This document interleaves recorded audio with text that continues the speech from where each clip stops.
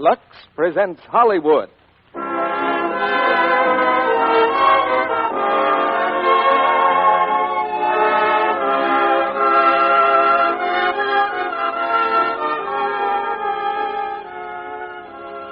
The Lux Radio Theater brings you Edward G. Robinson, Gail Patrick, and Laird Cregar in The Maltese Falcon.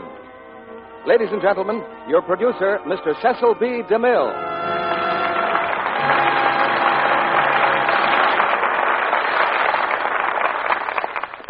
Greetings from Hollywood, ladies and gentlemen. Some people like mystery stories because of the intellectual challenge they present. Personally, I'm seldom able to figure out who done it without skipping to the back of the book.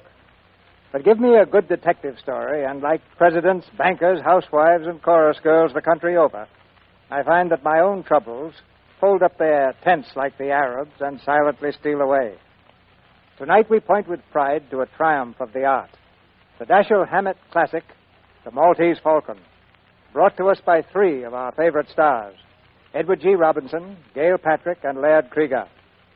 The Warner Brothers screenplay was masterfully written and directed by John Huston, who comes by his talent naturally because he's Walter Huston's son. For the next hour, we'll follow the eerie trail of this fabulous falcon, which is coveted by many people to their great ill fortune and to the great ill health of a few. I think most of us have a secret desire to be detectives. At least that seems to be very true of this audience, because you've done some good practical detective work by discovering dozens of different ways to use Lux Flakes. And that doesn't make any of us unhappy. Nowadays, many familiar materials are doing a wartime job. Nylon and silk are going into parachutes, cotton, rayon, and wool into uniforms, and many other wartime uses. That means that we on the home front must make the things we have last longer, so that our boys on the fighting fronts will have what they need. You're all trying to track down ways and means to make washable fabrics last, and the clue that's giving you domestic detectives the solution is Lux Flakes. But now let's track down the Maltese Falcon, because here's the first act, starring Edward G. Robinson as Sam Spade, Gail Patrick as Bridget, and Laird Cregar as Gutman.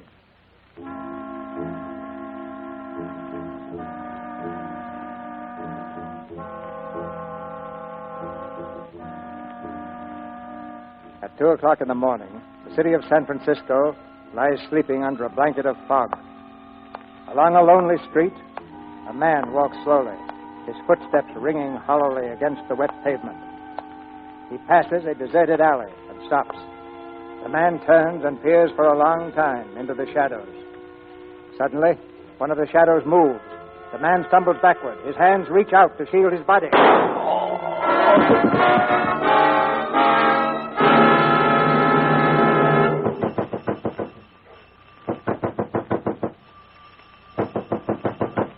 All right, Spade, open up. We know you're in there, Spade. Come on. Who is it? It's Dundee and Polehouse. Want to speak to you. Come in, Lieutenant. Nice time to make a call. Yeah. 4 in the morning. Or did you watch stuff? We don't have any hours on the force, Spade. Got a couple of questions to ask you. Sure. Hi, Tom. Hello, Sam. What do you know about this killing, Spade? Very little. Archie was your partner, wasn't he? That's right. Spade and Archie, private detective. Yeah, I guess you'll have to change that name. Yeah.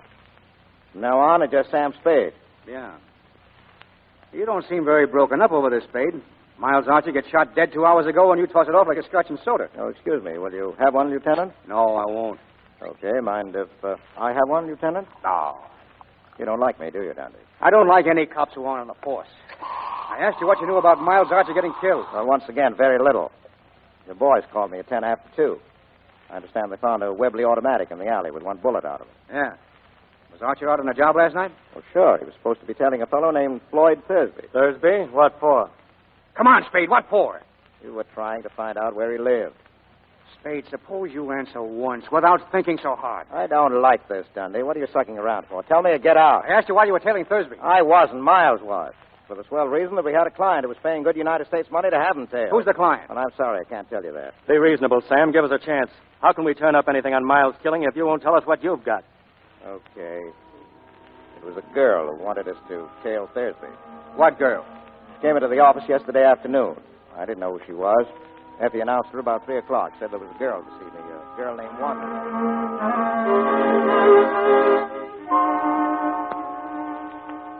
There's a girl to see you, Mr. Spade. She says her name's Wonderly. What is she, Effie, a customer? I guess so. You'll want to see her anyway, Mr. Spade. She's a knockout. Oh, sure in, Effie, darling. Will you come in, Miss Wonderly? Thank you. Mr. Spade? Yeah, that's right. Now, what can I do for you, Miss Wonderly? Well, I don't know where to start. I asked at the hotel for the name of a reliable private detective, and they mentioned yours. I see.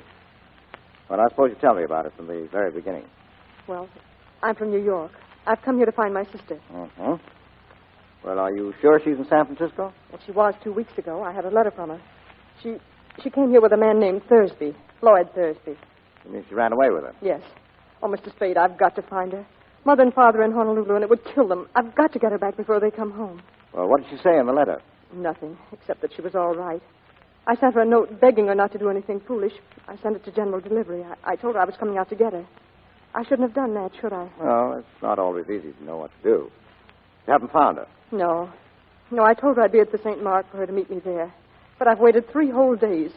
She didn't come, didn't even send a message. Well, go on. Oh, it was horrible, waiting. But yesterday afternoon I went to the post office. Corinne didn't come for her mail, but Floyd Thursby did. Well, did you speak to him? Yes. He wouldn't tell me where Corinne was, but he promised to bring her to the hotel this evening. Hi, Sam. Say, Oh, excuse me. Oh, it's all right. It's all right, Miles. Miss Wonderly, this is Mr. Archer, my partner. Well, how do you do? Mr. Archer. Anything I can do, Sam? Well, Miss Wonderly's sister ran away from New York with a fellow named Thursby. Miss Wonderly has seen Thursby and has a date with him tonight at the St. Mark. Maybe he'll bring the sister with him, but the chances are he won't. Miss Wonderly wants us to find the sister and get her away from him and back home, right? Yes. But I want you to know that he's a dangerous man. I don't think he'd stop at anything.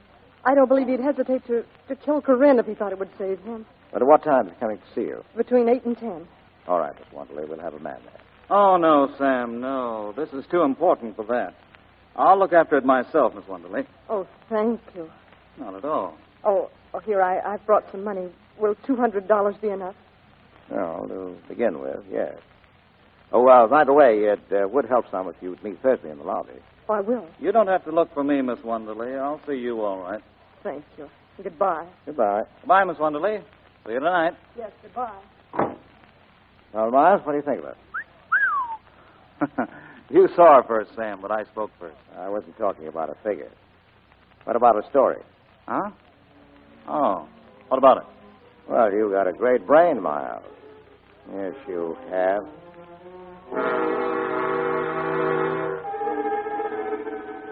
So Miles went out to tail Thursby last night, huh? Yeah. And Thursby shot him. Is that what you think? Well, that's what you think, Dante. I don't know. Tom, get on the phone. Call the St. Mark and ask for a girl named Wonderly. I thought of that myself, Lieutenant. She's never registered. The whole story is probably a fake. Oh, was it? How about yours, Mr. Spade? Tom, what's your boyfriend getting at? I'll tell you what I'm getting at. Floyd Thursby was shot down in front of his hotel an hour ago. Take your paws off me. Easy, boss. Don't wrap him up. Where were you tonight, Spade? I was right here all night long. You got any proof? No. So you think I shot Thursby, huh? Yeah, I think you did. Well, I know where I stand now. Did Thursby die? Yes. How did I kill him? I forget. He was shot 3 times in the back with a .44. Hotel people know anything about him? Nothing except he'd been there a week. Alone? Alone. Well, did you find out who he was, what his game was? Nope. We thought you could tell us that. I've never seen Thursby, dead or alive. Now, look, Spade. If you did get Thursby, you'll get a square deal out of me and most of the breaks. I don't know that I blame you a lot, the man who killed your partner, but that wouldn't keep me from nailing you. Well, fair enough. But I'd feel better about it if you'd have a drink with me. No? No. Well, good night, gentlemen. I'm tired.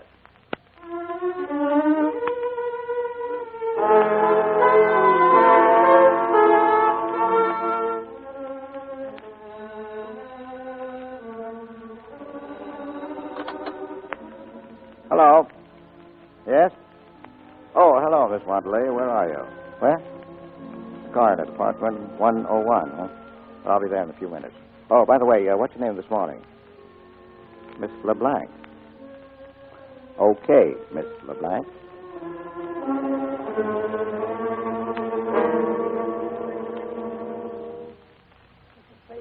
have a terrible confession to make. Yeah? Well, go ahead, Miss LeBlanc. Well, that story I told you yesterday was all a story. Oh, that's all right. I didn't believe your story anyhow. I believed your $200. Oh? You paid too much for someone who was telling the truth. Oh, I see. Now, let's clear up one thing first, Miss LeBlanc. What? Your name. Now, what is it? Not LeBlanc. No, it's really Shaughnessy. First name? Bridget. Bridget Shaughnessy. Oh, that's one I can believe. Mr. Spade, tell me, am I to blame for last night? Well, you warned us that Thursby was dangerous. I wouldn't say it was your fault. Oh, thank you. Mr. Archer was so alive yesterday. So solid and hearty. Now, stop it. He knew what he was doing. Those are the chances we take. Anyway, there's no time for worrying about that. Right now, there's a flock of cops running around with their noses to the ground. Mr. Spade, do they know about me? Well, so far, all they know is that there's a girl somewhere. But must they know about me at all, Mr. Spade? Couldn't you manage to shield me from Well, them? maybe, but I'll have to know what it's all about. Well, I can't tell you now. Later I will. You'll have to trust me. Oh, I'm so alone and afraid. I've got nobody to help me if you won't. Please trust me. Help me. Be generous, Mr. Spade. You don't need much of anybody's help. You're good. Keep your eyes, I think. And that throb you get into your voice when you say things like, be generous, Mr. Spade. All right. I deserve that. But the lie was in the way I said it, not in what I said. You can leave if you like. No, not yet. I've got nothing against trusting you blindly, but I can't do you any good if I don't know what it's all about. For instance, I've got to have some sort of a line on your friend Thursby. I met him in Hong Kong. We came here just last week. Where? Not from Hong Kong? No. Where? Well, I can't tell you. Well, go on. I needed him. I was completely dependent on him. He knew it, and he took advantage of it to double-cross me. How? I can't tell you that either. Well, why'd you want him shadowed? I wanted to learn how far he'd gone, whom he was meeting. Did he kill Archer? Yes, certainly. Well, Thursby had a Luger in his shoulder holster. Archer wasn't killed with a Luger. Floyd always carried an extra revolver in his overcoat pocket. Well, why all the guns? He lived by them. You picked a nice playmate. All right, let's have it now. How bad a spot are you in? As bad could be. Physical danger? Yes, and I'm not heroic. I don't think there's anything worse than death. Now, shut up. You mean someone who might kill you? Yes, and they'll get me unless you help. You've got to help. Do you hear? You've got I to. said shut up. All right, I'll help you. And they'll probably give it to me, too, huh? All right, so what? I guess I won't be the first guy who let a dame make a sucker out of him.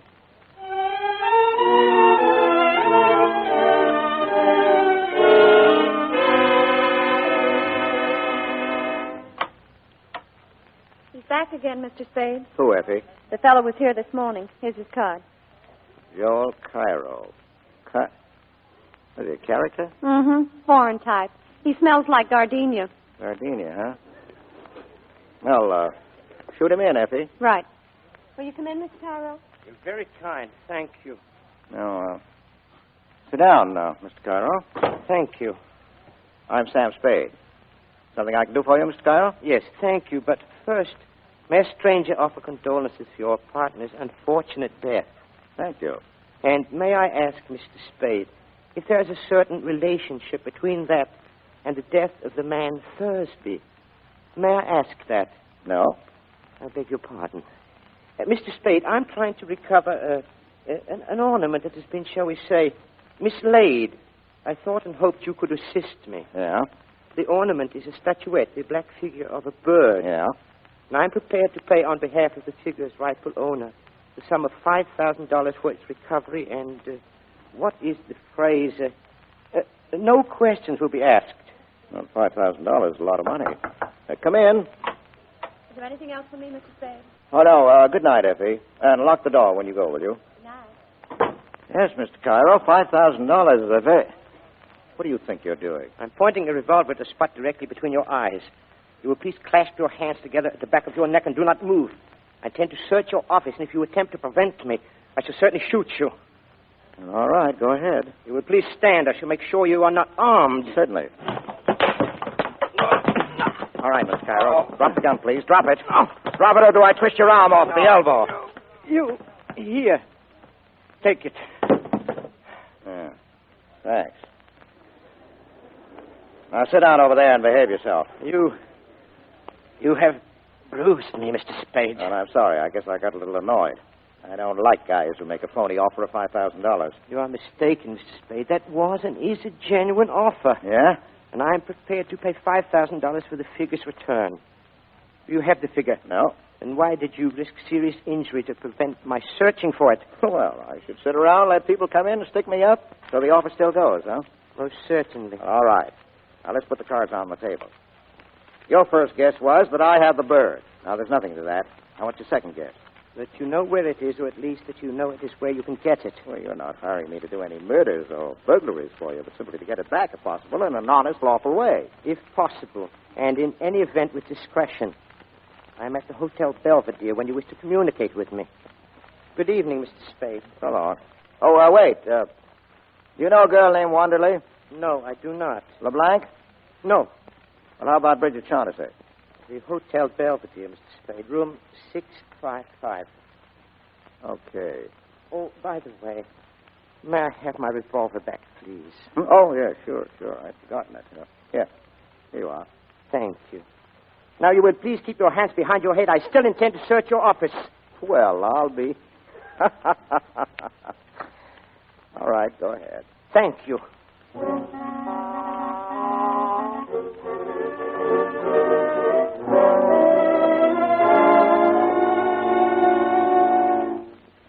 Come in, Mr. Spade. Do you have any news for me? Yeah, a little. I mean, did you manage it so that the police won't have to know about me? No, they won't. For a while, anyway. Oh. Oh, and you won't get into any trouble. You won't, Mr. Spade. Oh, I don't mind a reasonable amount of trouble. Do sit down, please. Do sit down, please. Now, look, you aren't exactly the sort of person you pretend to be, are you? I'm not sure I know what you mean. Oh, schoolgirl manner, stammering, blushing, and all that. Because if you are, honey, we'll never get anyplace. Now, stop acting. All right, I'm sorry. Good. I saw Joel Cairo tonight. You know him? Only slightly. What did he say? About what? About me. Nothing. Well, what did he talk about? Well, he offered me $5,000 for the Black Bird. Oh, did he? And what did you say? Well, I said $5,000 is a lot of money. It is. It's a lot more than I could ever offer you if I must bid for your loyalty. Oh, that's good. Coming from you. Now, what have you given me besides $200? Have you given me any of your confidence, any of the truth? Can't you trust me a little longer? Well, how much is a little? What are you waiting for? Well, I must talk to Joel Cairo. Well, you can see him tonight. He can't come here. I can't let him know where I am. I'm afraid. Well, my place, then. What about it? All right. Your place. Good. But wait. You'll have to let me go about this in my own way. You mustn't interfere. Well, I'll just sit and listen while you talk over old times. You're a strange person. I like you. Yeah? Well, don't overdo it.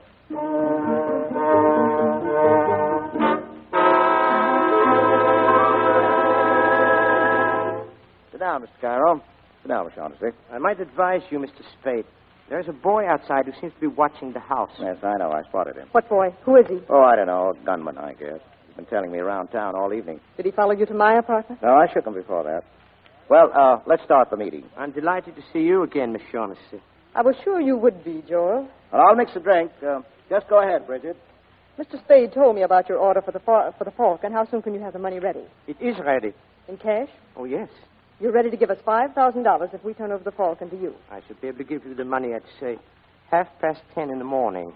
But I haven't got the Falcon. What? Oh, don't worry. I'll have it in another week at the most. Why must I wait a week? Well, perhaps not a whole week. And why, if I may ask, are you willing to sell it to me at all? I'm afraid, after what happened to Floyd.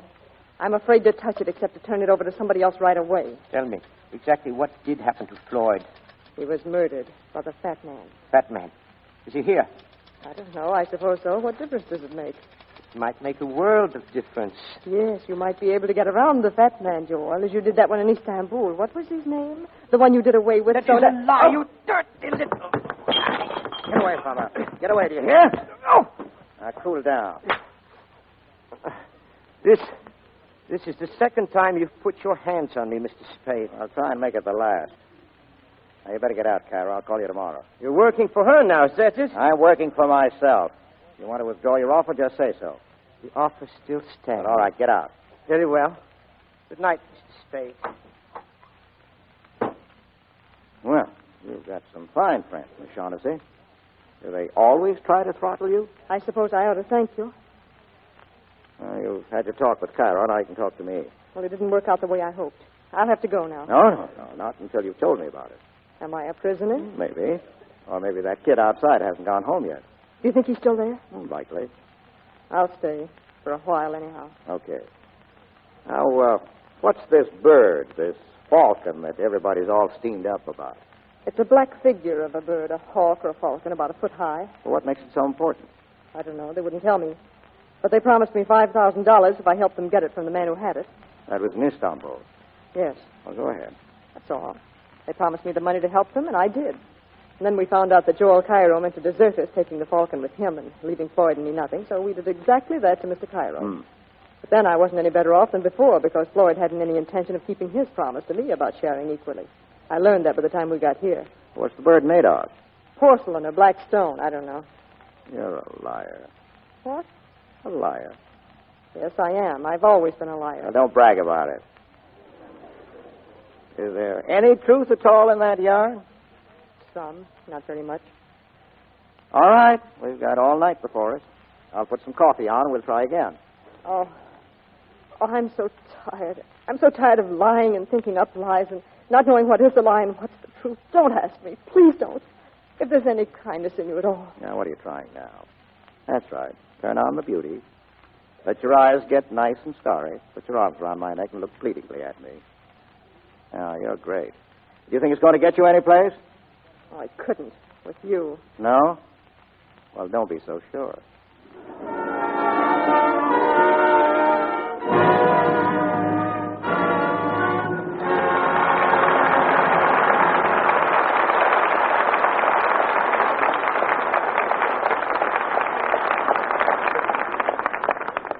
We'll hear Act Two of The Maltese Falcon, starring Edward G. Robinson, Gail Patrick, and Laird Kriegar, in just a moment.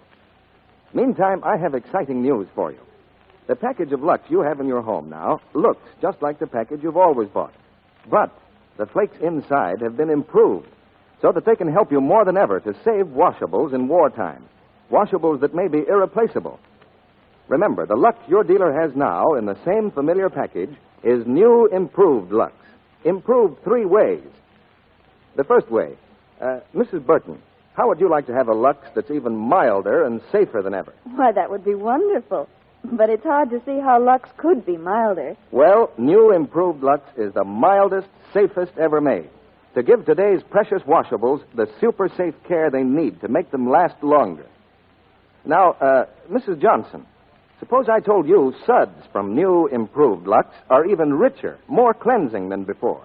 Why, that's just what I need for the children's things. A soap that's really mild, but that really gets after the dirt. And Mrs. Sutherland, how would you like a Lux made with suds that are even longer lasting? Even longer lasting than before? Why, that would make Lux thriftier than ever. Yes, new improved Lux is better than ever for every soap and water job you have to do. First, it's the mildest, safest Lux ever made. Second, its suds are richer, more cleansing. Third, they're longer-lasting suds that do more work. Give more of your washables this super-safe Lux care. Not only silks and woolens and rayons, but gay cottons, all your colored things. New improved Lux comes in the same familiar box. Your dealer has it now. Now, our producer, Mr. DeMille. Act Two of The Maltese Falcon, starring Edward G. Robinson as Sam Spade, Gail Patrick as Bridget, and Laird Kriegar as Gutman.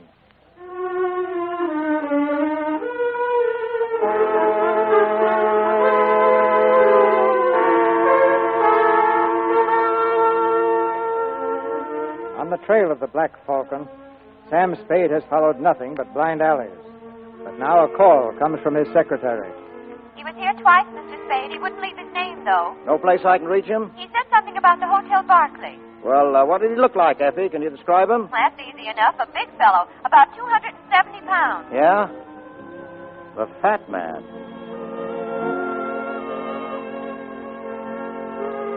In the lobby of the Hotel Barclay, Sam Spade watches for the Fat Man. But he sees only the boy who has followed him for the last 3 days. All right, son. Where is he? What? Come on, where is he? You work for him, don't you? Who? A fat man. I want to speak to him. What do you think you're doing, Jack? Kidding me? I'll tell you when I am. You've been tailing around after me for 3 days, and I'm getting a little sick of it. You can tell the fat man I said so. Shove off. You'll have to talk to me before you're through, Sonny, and so will he. I said shove And you off. can take your hand out of your pocket. Guns don't scare me much. Keep asking for it, and you're going to get it. Plenty. People lose their teeth talking like that. If you want to hang around, be polite. I tell the fat man to call me and leave his name.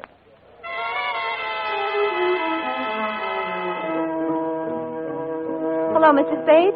Mr. Gutman called. He says the boy gave him the message. Room 407, the Barclay, this afternoon at 3.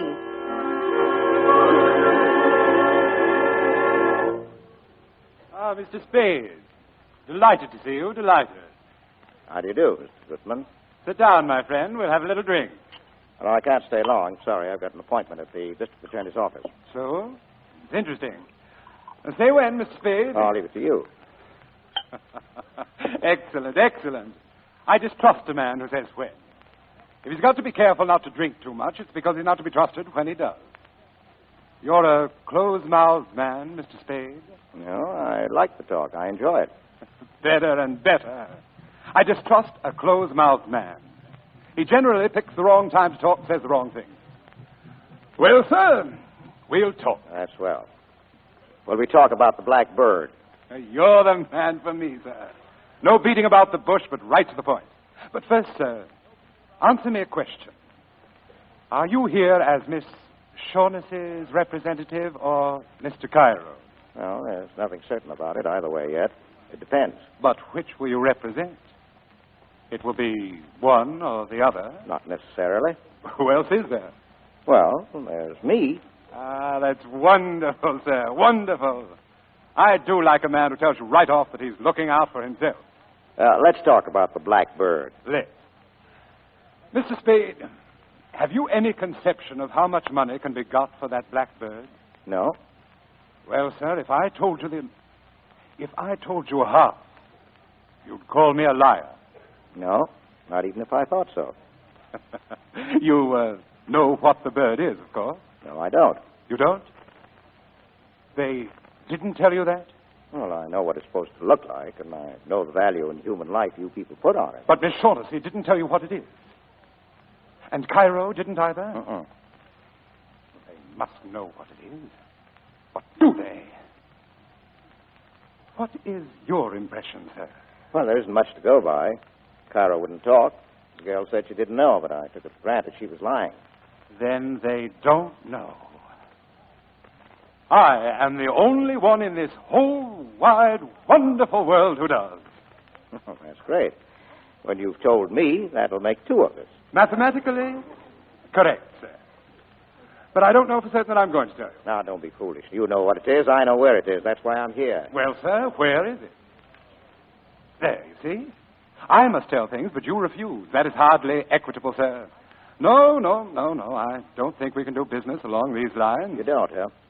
Well, think again and think fast. I told that gunman of yours that you'd have to talk to me before you finished. Now, I'll tell you now that you'll do your talking today or you're through. Now, what are you wasting my time for? I can get along without you. Now, talk! Is anything wrong, boss? Come in, Wilmer. Oh, yeah. Yeah, come in, Sonny. Keep your hand off your gun or I'll knock your ears down. Listen, you... Wilmer. Just stand over there, Wilmer. Excitable young man, Mr. Spade. Well, make up your mind, Gutman. While you're doing it, keep that gunsel away from me. I'll kill him. Mr. Spade, I must say you've a most violent temper. I'll think it over. You've got till 5:30. Then you're either in or out for keeps.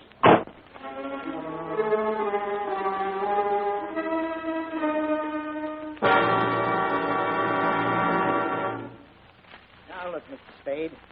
I've got a murder on it. The boss is yelling for a conviction. We need your help. Now, perhaps you don't, but you could make an excellent guess. Well, my guess might be excellent or it might be crummy, but Mrs. Spade didn't raise any children dippy enough to make guesses in front of a district attorney and a stenographer. Mr. Spade, I wish you wouldn't regard this as a formal inquiry, and please don't think I have any belief in those theories the police seem to form. You see, they think you killed Thursday. Yeah? Well, what's your theory? Simple. Tell me who Archie was shadowing Thursday for, and I'll tell you the murder. Oh, that's where you're wrong. Whether or not I'm wrong isn't for you to judge. I'm a sworn officer of the law, Mr. Spade. My duty I is... thought this was an informal talk. It is, Well, then but listen. The police think I'm mixed up in those, Kelly. Well, my best chance of clearing myself is to bring in the murderers all tied up. My only chance of ever tying them up is by keeping away from you and the cops, because you'd only gum up the work. Now, just a minute. And Mr. I don't want Spade, any more of these informal talks. If you want to see me again, pinch me or subpoena me or something, and I'll come down with my lawyer. See you at the inquest.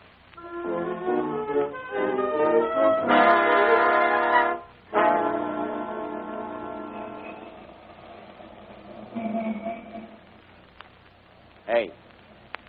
You. Well, hiya, son. Didn't expect to see you until 5:25. I hope I haven't kept you waiting. Keep on riding me, and they'll be picking iron out of your liver. The cheaper the crook, the gaudier the patter. Gutman ready to talk? He's waiting at the hotel. Get going.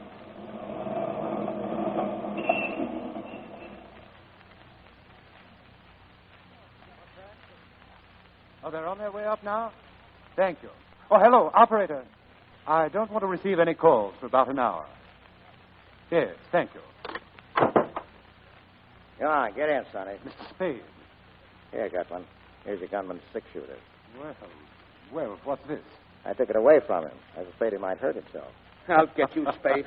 Someday I'll let you have it right in the face. Come on, get out of here. Wait outside, Wilma. By gad, sir, you're a chap worth knowing. An amazing character. Here, I've mixed a drink for you. Thanks. Oh, by the way, I owe you an apology. Now, never mind that. Never mind. Let's talk about the bird. All right, sir, let's. Mr. Spade, this is going to be the most astounding thing you ever heard. Yeah? What do you know, sir, about the Knights of Rose? Nothing. Well, they were crusaders, Mr. Spade. In 1539, these crusading knights persuaded the Emperor Charles V to give them the island of Malta. Yeah? He made but one condition. They were to pay him each year the tribute of a falcon in acknowledgement that Malta was still under Spain. You follow me? Yeah, so far. Good. Well, sir, the knights were profoundly grateful to the Emperor for his generosity toward them. Uh-huh. The very first year, they sent him not an insignificant live bird, but a glorious golden falcon, encrusted from head to foot with the finest jewels in their coffers. Well, sir, what do you think of that? I don't know. These are facts, historical facts. They sent this jeweled bird to Charles, who was then in Spain. But it never reached Spain. The famous Admiral of Buccaneers took the knight's galley and the bird. In 1713, it turned up in Sicily. In 1840, it appeared in Paris. Oh. It had, by that time, acquired a coat of black enamel so that it looked like nothing more than a fairly interesting black statuette. Then in 1922, a Greek dealer named Charaleos found it in an obscure shop. No thickness of enamel could conceal value from his eyes. Drink up, sir. Yeah, go on. Well, sir, to hold it safe, Charaleos re-enameled the bird. Okay. I got wind of his find, but when I arrived in Athens, I discovered that the bird was gone, and Charaleos murdered. That was over 20 years ago. Well, sir, it took me 20 years to locate that bird, but I did. I traced it to the home of a Russian general, one Demidov, in Istanbul. I sent some agents to get it. Well, sir, they got it. And I haven't got it. Where's Demidov? Oh, Demidov? He died. Very suddenly. Yes. His heart. Was there a knife in it or a bullet? Your glass, sir? Thank you. Now, before we start to talk prices, how soon are you willing to produce the falcon? A couple of days. Now, that's quite satisfactory. Well, sir, here's to a fair bargain. Drink up. Well, what's your idea of a fair bargain? $25,000 when you deliver the falcon to me, and another $25,000 later on. Or I'll give you 1/4 of what I realize on the falcon. That would amount to a vastly greater sum. Well, how much greater? Who knows? Shall I say 100,000? That would be the minimum. And What's the maximum? What would you say to $250,000? Well, then you think the dingus is worth $1 million, huh? At least. Well, that's a lot of dough. A lot of dough. Minimum, huh? And the maximum? And What's the matter, Mr. Spade? Are you feeling ill? I feel, what was in that drink? The drink? Oh, I drugged it. Yeah? You'll be unconscious very shortly, Mr. Spade. You'd better lie down. I wouldn't want you to fall. Well, that's very good. That's very... Oh, dear. Oh, Joel. Joel, come in. Is he unconscious? Yes. You know, he's a very interesting person, Joel. The kind of a man I enjoy dealing with.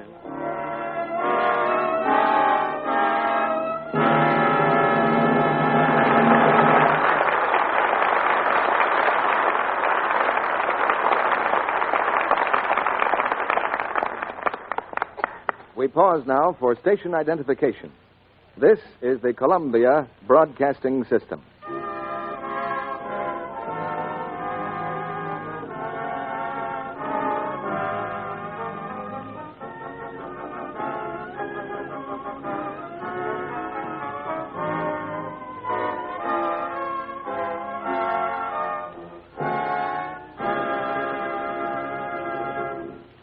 After a brief intermission, Edward G. Robinson, Gail Patrick, and Laird Kriegar will return in the third act of The Maltese Falcon. Now, here's a question for the women in our audience.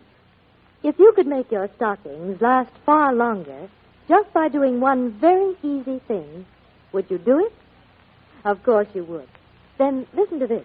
Recent tests show how to cut down stocking runs over 50%. Yes, a famous laboratory, the United States Testing Company Incorporated, repeatedly washed rayon stockings different ways, then tested them on an almost human machine, a sort of mechanical leg that strains stockings the way you do in actual wear. Here's what they found. Washing with new, improved Lux cut down runs over 50%. Yes, the Lux stockings tested on the machine didn't go into runs nearly as easily as stockings washed with a strong soap or rubbed with cake soap. They lasted ever so much longer. You see, new improved Lux saves elasticity, so stockings can take extra strain without breaking into runs so easily. And here's what girls find in actual experience. Why, I got over twice the wear from my Lux stockings. Lux cut my runs almost in half. That means a lot now that stockings are so precious. Better stick to Lux and avoid those enemies of stockings, cake soap rubbing and strong soaps. One special hint about rayons. They need 24 to 48 hours drying time. Get new improved Lux tomorrow. It's in the same familiar box, and your dealer has it right now. Now, Mr. DeMille returns to the microphone. One of tonight's stars flew the Atlantic recently. We'll hear about it right after the play.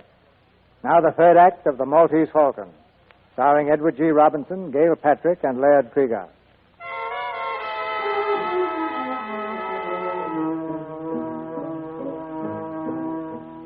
When Sam Spade woke up, he was alone in the hotel room. Pale and still shaking from the effects of the drug, he's gone to his office, where Effie stares at him in alarm. Mr. Spade, what happened to you? I wouldn't know. I went visiting this afternoon with fed knockout drops and came to just a little while ago, all spread out on a man's floor. Who did it? A fat man. But why? Didn't have a chance to ask. Evidently he wanted to get me out of the way for something. But I don't get it. Hello? Yes? What? I can't hear you. Who is it? Give it to me again. Yes, I've got that. Captain who? Jacoby? Yes, Hello? Hello? She's gone. Who's gone? Who? It was the Shaughnessy girl. She wants you. Here's the address. 26 Ancho Street. She's in some kind of trouble, Mr. Spade. She was telling me something about a captain, a ship captain named Jacoby. And then something happened to her. What happened? I don't know. Like she was being choked. Listen, is that the outside door? I'll see. Yes? What do you... Oh! Mr. Spade. Who is it, Effie? I don't know. It's... Mr. Spade. Yes? This package. For you. He told me. For you. What's the matter with you? For you. Mr. Spade! Mr. Spade! Shut up. Lock the door. Yes. Yeah. Give me the scissors from the desk, will you? I want to see what's in this package. Here. Is he dead? Got about 4 slugs in him, that's all. Oh. Come on, pull yourself together. Well, I'm all right. Well, now we'll see. Here, this is what I think it is. Yeah? Yeah. What is it? You've got it, Angel. We've got it. The Maltese Falcon. The Falcon? Look at it. The Blackbird. $1 million under a coat of enamel. She sent him with it. That's what he tried to tell us. He must be Captain Jacoby. Now, listen, I've got to get to her. As soon as I've gone, phone the police. Tell them how it happened. If forget it brought a bundle. Here, get it straight now. Yes. I'll leave the bird in the safe. When I call you, bring it to that Ancho Street address. Got it? Yeah. And after you bring it to me, go out and call Dundee. Tell him to come on the run with about 6 cops. No mistakes, Effie. I may need them.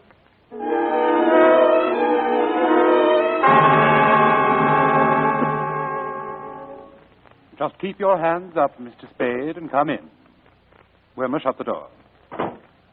Well, sir, we're all here, waiting for you. Now, let's sit down, Mr. Spade, and be comfortable. Sure. Sam, I tried to call you. I wanted to tell you. Oh, it's all right, honey. Take it easy. But they've been holding me here all last night and today. But you've come to no harm, Miss Shaughnessy, as yet. Oh, Mr. Spade, I believe you know Mr. Cairo. Yeah. How do you do? And Wilma, of course. You carrying a rod? Let me see. Now, get away. You're not going to frisk me. Stand still. Put your paw on me, and I'm going to make you use that gun. Ask your boss if he wants me shut up before we talk. Sit down, Wilma. Mr. Spade, you're certainly a most headstrong individual. Well, let's talk. Yeah. You ready to make the first payment and take the Falcon off my hands? You're sure you have it? Sam, have you? I didn't this afternoon, but I have now. Then I'm willing to pay. Joel, the money, please. Yeah, wait. There's another thing to be taken care of first. We've got to have a fall guy. I beg your pardon? Well, the police have got to have a victim. Somebody they can stick for those 3 murders. 2. Only 2 murders, Mr. Spade. Thursby undoubtedly killed your partner. All right, 2. The point is, I've got to come through with somebody, a victim. When the time comes, if I don't, I'll be it. And whom do you recommend as this victim? Oh, well, I'm not fussy. How about giving him Wilma here? He'll do. Why, you... Get away, punk. By gad, Mr. Spade, you are a character. Well, it's our best bet. If we turn him over, the cops will be happy. We'll be free as the air. Well, what do you think of this, Wilma? Mighty funny, huh? Yeah. Mighty funny. Well, anyway, he killed Thursby, didn't he? He's made to order for the part. Get up on your feet. Go away, punk. I've taken all the riding for you. I'm going to take it up and shoot it out. Calm yourself, Wilma. Mr. Spade, your plan is not at all practical. Let's not say anything more about it. All right, I've got another suggestion. Want to hear it? Most assuredly. I'll give them Joel Cairo. Suppose we give them you, Mr. Spade, or Miss Shaughnessy. How about that? Now, look, you people want the Falcon. I've got it, and the fall guy is part of the prize. As for Miss Shaughnessy, well, if you think she can be rigged for the part, I'm perfectly willing to discuss it with you. Sam, What's the matter? you don't mean it. You couldn't. No, because I don't think the cops would be happy, Angel. Well, personally, I see only one guy who's really right. That's Wilma. I'll kill him. I'll kill him. Stop it! Stop it, don't you hear? Oh, let him go. I told him to lay off me. I warned him. I hated to do that, but the punk had it coming to him. There's your fall guy, Mr. Gutman. What do you say? I don't like it, sir. Well, either you'll say yes right now, or I'll turn the Falcon and the whole lot of you in. All right. You can have Wilma. Carry him inside, Joel.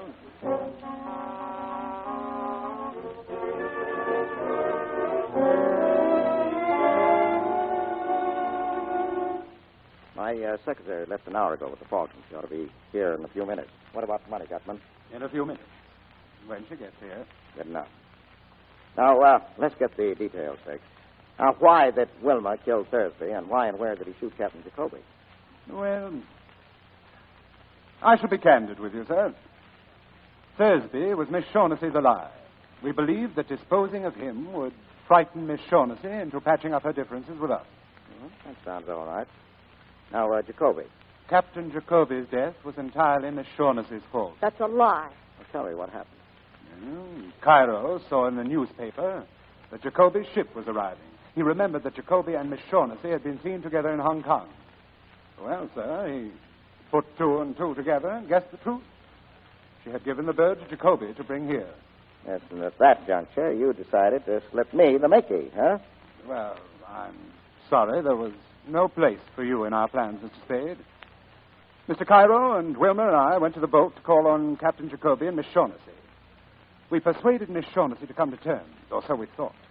Well, sir, we mere men should have known better. En route to my hotel, Captain Jacoby and the Falcon slipped completely through our fingers. Except that Wilma put a few bullets in him while he was running away. Oh, by the way, you said Jacoby died? Yes, but not until after he brought me the Falcon. Ah. Well, there's a bright side to everything, isn't there? I'll get it. It's my secretary. So you don't mind if I go to the door with you? All right, come on. Mr. Spade. Well, thanks a lot, Effie. I wrapped it up again. Is there anything else? No, thanks. Bye, Effie. Goodbye, Mr. Spade. Let me have it, Mr. Spade. Easy. Let me see it quickly. Here, I guess the pleasure ought to be Mr. Gutman. After 20 years. 20 years. Yes, there it is. There you are, beauty. Is it the Falcon, the original? We will make sure. Your knife, Joe. Here. There you go. Just a tiny cut in the enamel, and underneath we find... Gutman, what's the matter? It's a fake! It's lead! It's a fake! But it can't be. All right, Shaughnessy, you've had your little joke. Now tell us about it. But no, Sam, no. That's the one I got from Kemidorf, I swear. You bungled it, Gutman. You and your stupid attempt to buy it. Kemidorf caught on how valuable it was. He put a fake in its place. Yes, that is Kemidorf's hand. There's no doubt of it. Well, Joel, what do you suggest? Shall we stand here and shed tears and call each other names? Or shall we go to Istanbul? Istanbul? You are still going to look for the Falcon? For 20 years I have wanted that little item and have been trying to get it. I'll go on trying. Very well. I'll go with you. Get Wilma. We'll start tomorrow. Yes, tomorrow. Wilma, why, he's gone. What? The window is open. He's gone. Well, swell lot of thieves. We have little enough to boast about, sir. But the world hasn't come to an end just because we've run into a little setback. I'm sorry about your money, Mr. Spade, but of course you didn't earn it. Well, I held up my end. You got your Falcon. It's your hard luck, not mine, that it wasn't what you wanted. My hat, Joe. Now, wait a minute. Mr. Spade, it will do you no good to argue. I haven't the money with me anyhow. Well, I had an idea that was it. Now, sir, we'll say goodbye to you. And since the shortest farewells are the best, adieu. And to you, Miss Shaughnessy, I leave the lead Falcon as a little memento. Adieu. Sam, what are you going to do? Nothing. But those murders, you were mixed up in them. You said yourself the police needed a victim. Call them now. Tell them about Gutman. I don't have to call him. Gutman will be nailed before he goes a block. But when he's nailed, he'll talk about you. Now, we're sitting on dynamite, and we've only got a couple of minutes to get all set for the cops. Now, give me all of it fast. Talk. Well, where shall I begin? Well, the day you first came to my office, why did you want Thursby shadowed? I told you, Sam. I suspected him of betraying me, and I wanted to find out. Now, that's a lie. You had Thursby hooked, and you knew it. You wanted to get him out of the way before Jacoby came with a bird. Isn't that so? Yes. What was your scheme? Well, I thought that if he saw someone following him, he might be frightened into going away. Well, then you must have told Thursby that Archer was following him. Yes, I told him. But please believe me, Sam. I wouldn't have told him if I'd thought Thursby would kill him. Well, if you thought he wouldn't kill Archer, you were right, Angel. Didn't you? No. Archer had been a cop too long to be caught like that, up a blind alley with his gun tucked away in his hip and his overcoat buttoned. But he would have gone up there with you, Angel. He was just dumb enough for that. Sam. And then you could have stood as close to him as you liked in the dark and put a hole through him with a gun you'd gotten from Thursby that night. Don't talk to me like that, Sam. You know I didn't. Oh, shut up. This isn't the spot for the schoolgirl act. Why did you shoot him? Oh, I didn't mean to at first. I didn't really, but when I saw that Thursby couldn't be frightened, I... Oh, Sam, darling. Go on. When you found that Thursby didn't mean to tackle Archie, you borrowed the gun and did it yourself, right? Yes. You didn't know then that Gutman was here hunting for you until you heard Thursby had been shot. And then you knew you needed another protector, so you came back to me. Yes, but Sam, it wasn't only that. I would have come back to you sooner or later. From the very first minute I saw you, I knew that I... Oh, you angel. Well, if you get a good break, you'll be out of San Quentin in 20 years, and you can come back to me then. What? Oh, no, you're not going to... I'm going to send you over. Oh, no, don't, Sam. Don't say that. You're taking the fall, darling. You're doing this to me? Don't you understand, Sam? I'm in love with you. That's great. But you can't. You can't. Yes, I can. You killed a man, darling, remember? You know deep down in your heart, you know that in spite of anything I've done, I love you. I don't care who loves who. I'm not going to play the sucker. I won't walk in Thursby's, and I don't know how many others' footsteps. You killed Miles, and you're going over for it. Sam. That's the cops. Don't let them in, please. Sit tight, honey. Sam. Hello, Spade. Come in. Did you get the fat boy? We got them. The kid, too. Swell. Here's another one for you. She killed Miles. Can you prove it? Can I, Miss Shaughnessy? Can I prove it? Go on, tell them. Yes. All right, come on. So long, Miss Shaughnessy. This doesn't mean anything to you, does it? Maybe. But you're going anyway. The chances are you'll get off for 20 years. If you do, I'll wait for you. And if they hang you, Angel, I'll always remember you.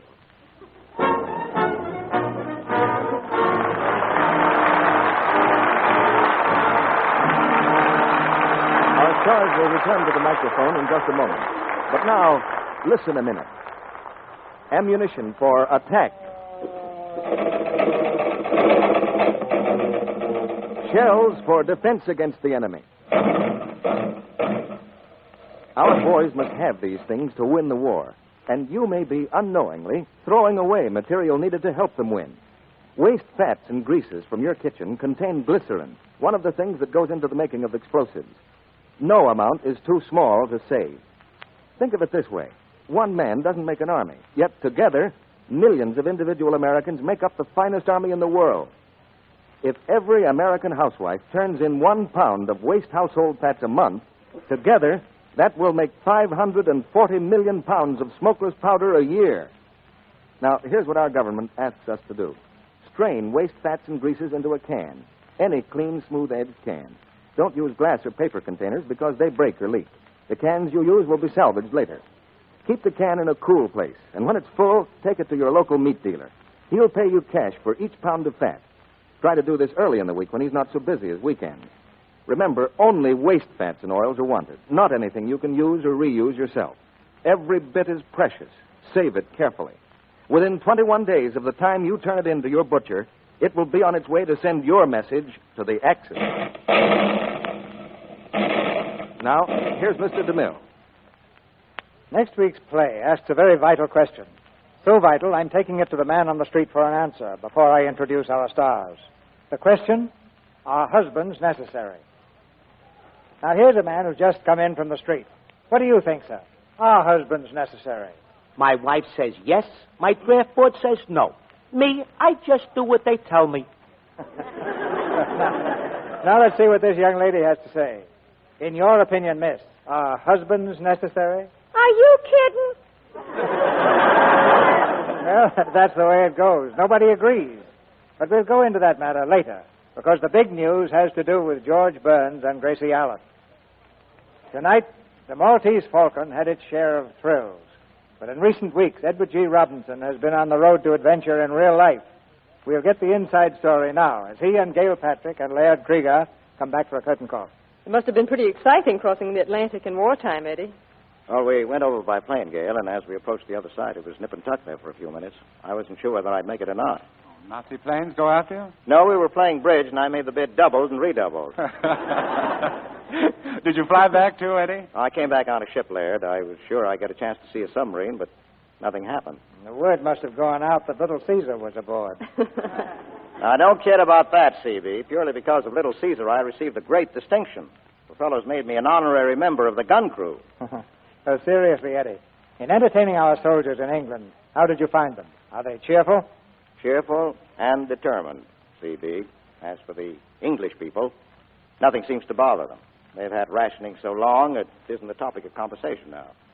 That great clock, Big Ben, was symbolic of the whole country to me. Every time it strikes, it seems to be saying, it's later than you think, Adolf Hitler.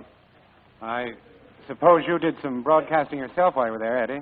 Well, one afternoon I broadcast 6 messages to the continent in French, Spanish, Romanian, German, Danish, and Italian. What, no Greek? Well, I'm working on Russian at the moment, Gail. I want to be able to say thank you to all the Russians I meet from now on. You've had many successes on the screen, but in years to come, I think you'll value most the success you achieved in this job for your country. Oh, thank you, C.B. What are you doing here next week? Well, that's when the big question comes up again, Eddie. Because next week, our play is the Paramount comedy hit, Our Husbands Necessary. And in it, we'll present those eminent thespians, George Burns and Gracie Allen. In the play, George works in a bank, and Gracie is secretly trying to help his career. So tune in next Monday night and get Gracie Allen's answer to that burning question, Are husbands necessary? Well, sounds like a lot of fun, C.B. Good night. Good night. Good night. Good night. And don't miss George and Gracie.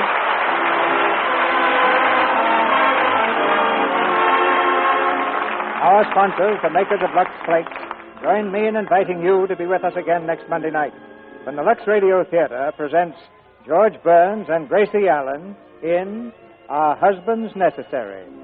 This is Cecil B. DeMille saying good night to you from Hollywood. Edward G. Robinson will soon be seen in the Columbia picture Destroyer. Gail Patrick is starred in the Republic production Hit Parade of 1943. And Laird Kriegar's next picture is the 20th Century Fox Technicolor production Hello, Frisco, Hello. Heard in tonight's play were Charlie Lung as Cairo, Bea Benaderet as Effie, Eddie Marr as Wilmer, and Warren Ash, Charles Seal, Leo Cleary, Fred Mackay, and Norman Field. Our music was directed by Louis Silvers. And this is your announcer, John M. Kennedy, reminding you to tune in next Monday night to hear George Burns and Gracie Allen in Our Husbands Necessary. Here's what Betty said. Hasn't Jane got a lot of pep and charm? But here's what Betty thought. That woman gets in my hair. Where does she get all that energy? Do you envy others because they have more pep than you? Maybe your trouble is plain vitamin deficiency. Vims may help you feel better than you ever thought you could. Vims have the 6-vitamin formula doctors endorse. 3 vital minerals also. Get that Vims feeling. It's VI for vitamins, double MS for minerals.